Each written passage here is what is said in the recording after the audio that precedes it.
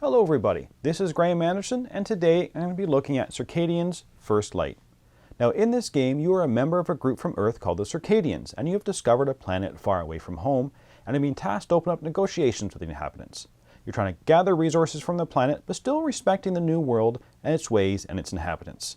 And this may all sound overly important, but the game really comes down to collecting resources and using those resources to build items and to offer to the heads of the 3 different tribes on the planet. The game takes place over 8 rounds, where you'll be rolling your dice and allocating them behind a screen to either your garages, which will then be used to place uncommon actions on the board, or left in your farms to produce resources later on in the round. And when I first saw this box in the game store, I almost passed it by because I didn't like the look of the game. But when I found out it was a dice placement, I figured I would give it a try. So did my risk turn out for the better? Let's get to the table, see how it's played, and we'll come back for my final thoughts on Circadians First Light.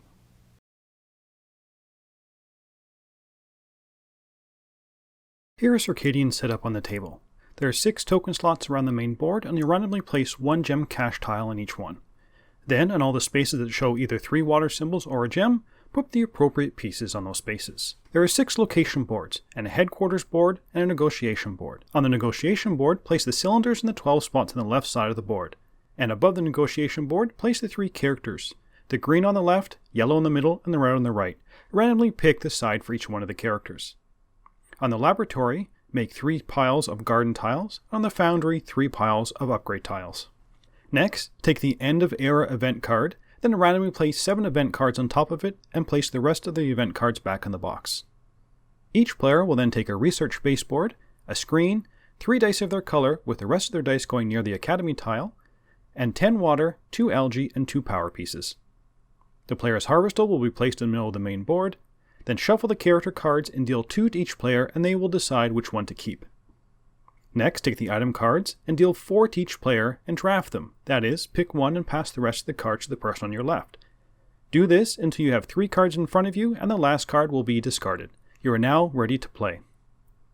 The game is played over 8 rounds, with each round having 4 phases: the plan phase, execute phase, harvest phase, then the rest phase. The goal of the game is to score the most victory points. You'll be getting victory points mainly from the negotiation boards by offering the gifts to the inhabitants of the world to gain their favor. You'll also score points for building item cards and building new farms and upgrading your garages. But all of this will take resources and workers. To begin a round, you will reveal the top event card. These events can either be a positive or negative event that lasts for 1 round. Then each player will take their available dice and roll them behind their screens, and they'll place their dice either in garages or on their farms. The dice in the garages will be the dice you used first and will be placed out onto the boards on the table. The dice on the farms will be used to harvest resources.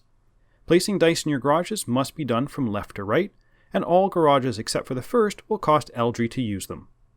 Placing dice in your farms can be done in any order and can be assigned as you please. Once all players have allocated their dice, proceed to the execute phase. All players will reveal their dice, and starting with the first player, each player will activate the leftmost die from their garage. Now I'm not going to go into too much detail on the different dice locations except for the negotiation depository boards, so let's quickly look at the other ones first. The mining camp is where you get gems. They all have a cost, and if the number of the die you place there is less than the cost, you must make up the rest with water tokens. The laboratory is where you get new farms, and the laboratory is the only place you'll have to place 2 dice at once, and they have to be next to each other on your player's board garage, and they must have the same number on each die. When you take the action from this board, you'll place both of your dice at the same time. Each farm will cost either 3 algae or 10 water to buy. The foundry is where you get garage upgrades. Again, the number on the die will determine which upgrade you can buy, and it will cost you either 2 energy or 10 water. The control room is where you can move your harvester. Depending on the number on the die, that will be the direction your harvester will move. 1 space per die, and the cost is either 2 energy or 10 water.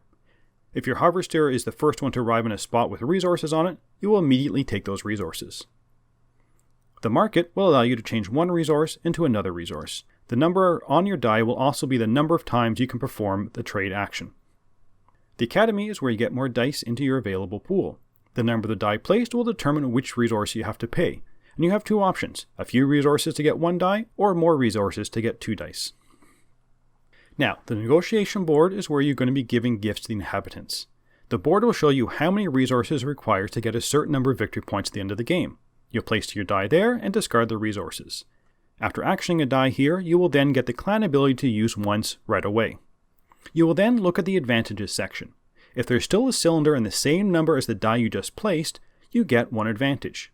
You'll move the cylinder from the left side of the board to the right side of the board into an empty spot and take the appropriate advantage.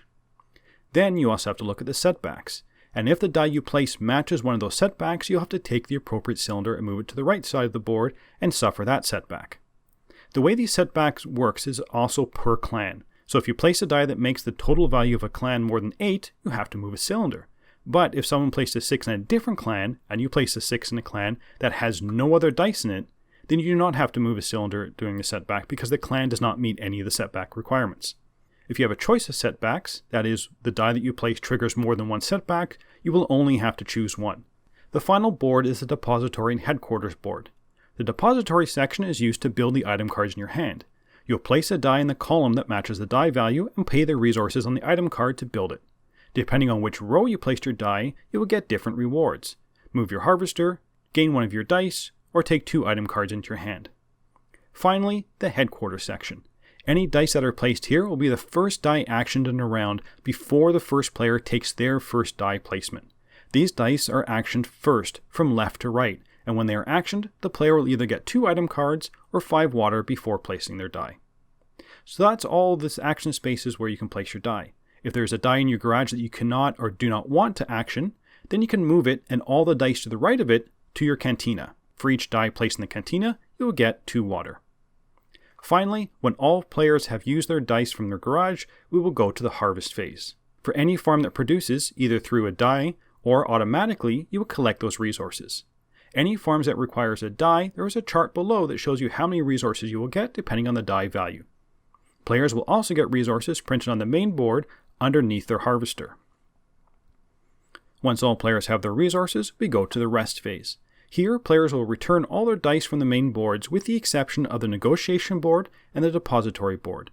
Those dice will not come back and cannot be moved. The first player token will move to the person on the left, and players should make sure they do not have more than 5 dice to roll and no more than 8 cards in their hand. Then, the next round can start. After the 8th round, the game ends and players will tally up their points. Points from your dice in the negotiation board, points from completed item cards, and if a player's harvester ends on a gem cache, they will get the points on the back of the gem cache. You'll get points for some garage upgrades and purchased farms, and then the number of points printed on the board on the leftmost uncovered space for both garages and farms. And finally, each remaining gem a player has is worth 1 point. The player with the most points is the winner. Let's get back to see what I thought about Circadians First Light. So the theme and components in the game. The rulebook makes the theme seem much more grandiose than it actually is, about respecting the new world, maintaining peace, securing favor with the locals, but it really doesn't play out in the gameplay. There are no consequences to your actions. This is a straight-up Eurogame. There are no clan uprisings. There's no slighted clans that will side with another player against you. It's just a straight-up Euro, and that's definitely not a bad thing. It just means that the theme is kind of inconsequential to the gameplay. Now for the components. I know art is completely subjective matter, but I really dislike the art in this game. From the box cover, to the player screens, to the location tiles. Now the art on the item cards is better, but those are kind of generic. Now the graphic design, that is how things are laid out on the boards, is much better. I never had a problem determining what goes where, what a symbol was. It was all very nice and clear and concise. Again, art is personal, so you might like the look of the game. I just didn't. The wooden components are nice in that they are different shapes and they do match the icons used on the boards and the cards in the game. I do find them a bit on the small side, especially getting them out of the box, but I understand as some later rounds you'll be getting like 35 water, so the size is good for that. Plus, there are multiplayer cards that can be used in place of huge piles of pieces in front of you. But what about the gameplay? I'll say this right up front, I really enjoyed this game. For me, it was one of the standouts from 2019. It feels like everything you do in the game is a trade-off. I could put my dice in the garage to action a location, but I need resources, so I should probably put them in the farms. The losing a die to make sure you secure end-of-game scoring all plays into that push and pull of every decision I need to make, and I love that. This is definitely a game where you're going to be wanting to do everything each round, but you just can't. So you need to be making some hard decisions on which path you want to follow and which way you want to be scoring your points. Now, normally in a game like this, I'm not a big fan of where you roll the dice and that will determine what actions you can take. But I found in this game there are enough ways to mitigate the dice, and just about all the numbers were useful somewhere. I didn't mention during the walkthrough, but some of the upgrades you can get on some of your garages allow you to manipulate the dice in that spot. Even the one printed on the board itself allows you to increase or decrease the die in that spot by 1. And in the farms, if you put a die in the very first printed spot on your board, again, which I didn't explain through the walkthrough, it's going to increase all the other dice in your farms by up to 3 points, or up to a maximum of 6. So even if I roll a 1 and I'm stuck with a 1, it doesn't mean that someone that rolled a 6 gets a better spot. I never felt like I was stuck with the dice I had, and it never ended up costing me the options. It may have changed the options that were available to me, but I never lost options. And the character cards all feel really strong, and I feel that they are balanced, but some definitely feel stronger at certain parts of the game. For example, there's one that allows you to take a garage upgrade every time you buy a farm. That's great in the beginning and useful to make sure you are maximizing the end of game points, but maybe not so useful in the middle of the game. Or the character that allows you to move your harvester after each harvest phase. Or the character that allows you to give less resources on the negotiation board. All really interesting powers and all really useful. The item cards themselves are just as useful. Getting them out early can definitely help you ramp up your engine. There are item cards which allow you to spend less water when taking an action, or give you a bonus for taking an action. And some of them are just straight up end of game victory points, like you'll get 1 point for having all your negotiations on one clan. But they all take resources to build. So in the early game, you really need to be weighing your options as to where to spend your sparse resources. Now there is one negative I have of this game, and it can be fairly big. Analysis paralysis in this game can be brutal. The last few rounds, and there's only 8, can slow to a crawl if you have people in your group determining to maximize each and every die. I am very glad this game caps you at 5 dice, because I have seen people just freeze up with the 3 or to 4 dice that they had. And for that reason, I actually really like this game at 2, maybe 3 people, because the game is all about analyzing your dice and your options. At 4, I felt it was a bit too long with everyone just kind of looking at their cards, their dice, their options, and kind of going over and over everything again. Now, each game I've played so far, I've approached differently, and a lot of that has to do with the starting characters I get. And there are 8 characters in total, and the starting cards, item cards that I have. This game I find is a good length in terms of rounds. There's only 8. And when my wife and I play, it's usually about an hour, and it feels just right. Even at the 4-player level, I like the rounds, but it will take maybe 2 hours. And that did feel like it was kind of pushing the limits a bit, but that really comes down to the decisions the player had to make and not the game length, not the number of rounds. So beyond the art in the game and the analysis paralysis it can induce in people, there's really not much else I dislike about this game. So would I recommend this? You know what, I think it's fairly obvious from what I've said so far. But if you like a good puzzle Euro game, then this is one you should definitely go out and get. This is for sure in my top 5 games of 2019. This is highly recommended for me. But that's it for the moment. Until next time, thanks for watching. Thanks so much for watching another Dice Tower video. If you enjoy our videos, subscribe to the channel for more fun, comprehensive board game coverage. Also, consider joining us at one of our events. Come to Dice Tower Retreat, a small, intimate gathering where gaming is king. Join us for Dice Tower Cruise, the largest board game cruise. Attend Dice Tower West in Las Vegas for gaming fun on the West Coast, or Dice Tower East in Orlando, in sunny Florida. Dice Tower Conventions, the friendliest gaming conventions on Earth. I'm Eric Summerer, and you've been watching The Dice Tower.